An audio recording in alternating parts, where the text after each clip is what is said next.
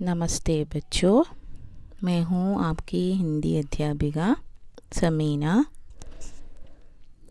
കഴിഞ്ഞ ദിവസം നമ്മൾ ഹിന്ദി ക്ലാസ്സിൽ സ്വരാക്ഷരങ്ങൾ പഠിച്ചു, വ്യഞ്ജനാക്ഷരങ്ങളും പഠിച്ചു, സ്വരചിഹ്നങ്ങളും പഠിച്ചു. ഇനി നമ്മൾ പഠിക്കാൻ പോകുന്നത് സ്വരചിഹ്നങ്ങൾ ഉപയോഗിച്ച് എങ്ങനെ വാക്കുകൾ പ്രയോഗിക്കുന്നു എന്ന് പഠിക്കണം അല്ലേ.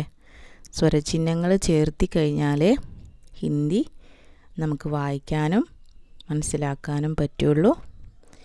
ഹിന്ദി എഴുതാനും വായിക്കാനും ഒക്കെ പഠിച്ചു കഴിഞ്ഞ് വേണം നമുക്ക് വലിയ ക്ലാസ്സിലോട്ട് പോവാൻ.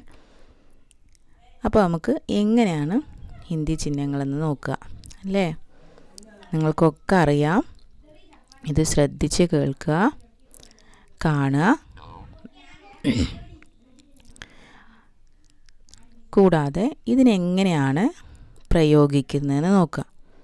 ഉദാഹരണം, കാൻ അല്ലേ, ഗായ്, പാട്ട്, ആപ്പ് അല്ലേ. ഇവിടെയൊക്കെ നമ്മൾ ഏത് ചിഹ്നമാണ് ചേർത്തിരിക്കുന്നത്? ആ എന്ന ചിഹ്നം, ഒരു വര. അപ്പോൾ നിങ്ങൾക്ക് തോന്നുന്നു ഗായ് എന്ന് രണ്ടാമത്തെ വരിയിൽ കൊടുത്തിരിക്കുന്നതിൽ എന്താ രണ്ട് വര എന്ന് ചോദിക്കരുത്.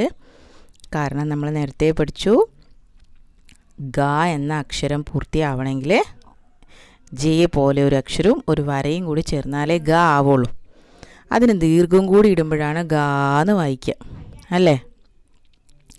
നെക്സ്റ്റ് നമ്മൾ നോക്കൂ, കീ വെച്ചിട്ടുള്ള അക്ഷരങ്ങൾ നോക്കൂ.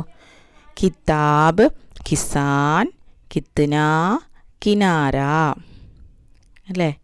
എല്ലാം എങ്ങനെയാ? കീ എന്ന ചിഹ്നം ഉപയോഗിച്ചിട്ട് നമ്മൾ പഠിച്ചു. അടുത്തത് നോക്കൂ, വീണ്ടും ടീച്ചർ ഗാ പറഞ്ഞു, ആ കേട്ടോ, ഗാൻ, ഗായ്, ഗാഡ. നോക്കുക, അടുത്ത അക്ഷരം ഔ എന്നുള്ള ചിഹ്നം, മൗത്ത്, മൗന്, മൗക്ക അല്ലേ. നെക്സ്റ്റ് എ എന്നുള്ള ചിഹ്നം, കേല, കേവ, കേശ്. ഇനി അടുത്ത